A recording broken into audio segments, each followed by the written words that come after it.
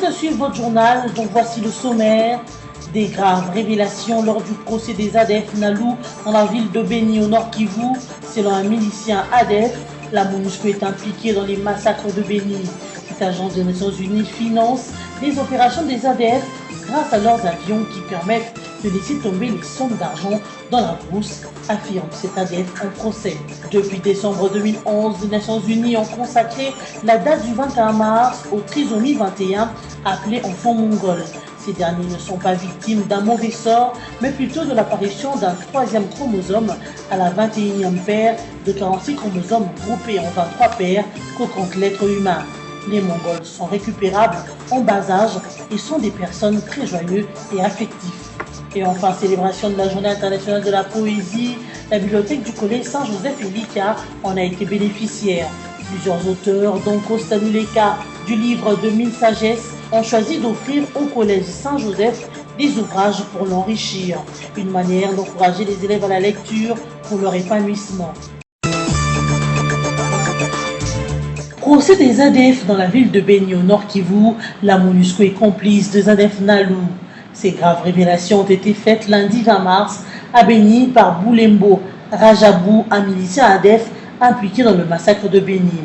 Interrogé par l'avocat général des FARDC, le général-major Timothée Moukoutou, Boulembo Rajabou a livré deux grandes révélations. D'abord, celle de kidnapping de 3 prêtres catholiques de Mbaou, ensuite celle de la provenance du financement de leurs opérations assurées par la MONUSCO, le tout avec la complicité du chef traditionnel Mwami Bamukoka de Watalinga. Le milicien a aussi fait état de financement de leurs opérations qui provenaient de la MONUSCO à travers leurs avions dans la brousse.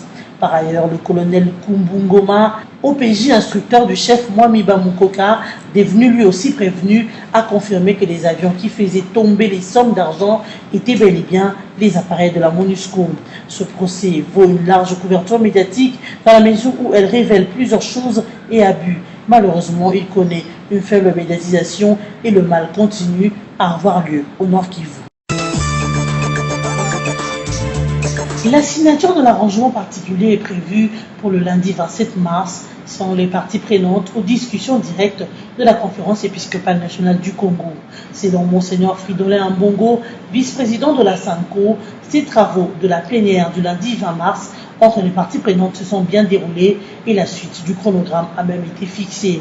Et de poursuivre qu'un groupe a été mis en place pour traiter de la répartition des postes ministériels entre les composantes. Et la convocation de la prochaine plénière interviendra mercredi 22 mars 2017. Il a aussi précisé que la question du Conseil national de suivi de l'accord CNSA serait traitée mercredi. Quant à la question de la désignation du Premier ministre, les violons ne s'accordent toujours pas entre la majorité qui tient aux 3 noms et le RASOB qui, lui, ne jure que par un seul candidat.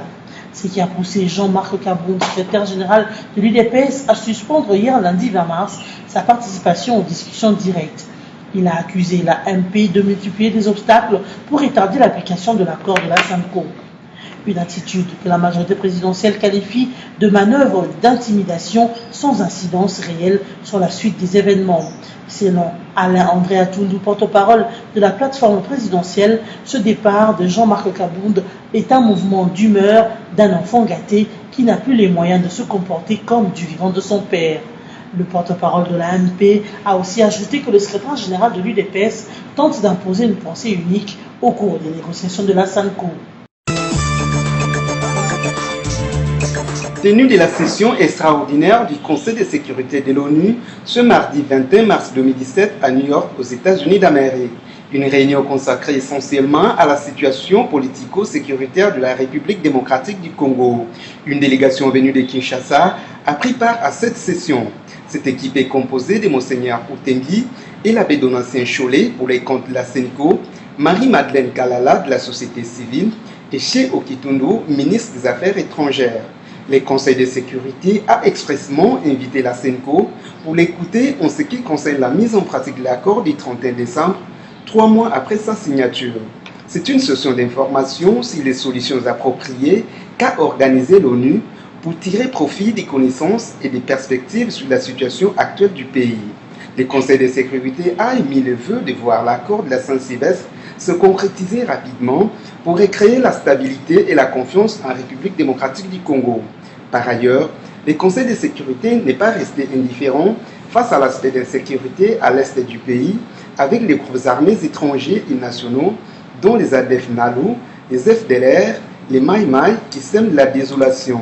La situation du Kasaï central et la disparition de 2 experts onusiens ont été aussi évoquées. Un tableau sombre sur la RDC qui laisse entrevoir le prolongement et le renforcement du mandat de la MONUSCO pour prévenir le pire. La République démocratique du Congo a remis un lot important des antirétroviraux aux hôpitaux du Congo-Brazzaville le week-end dernier via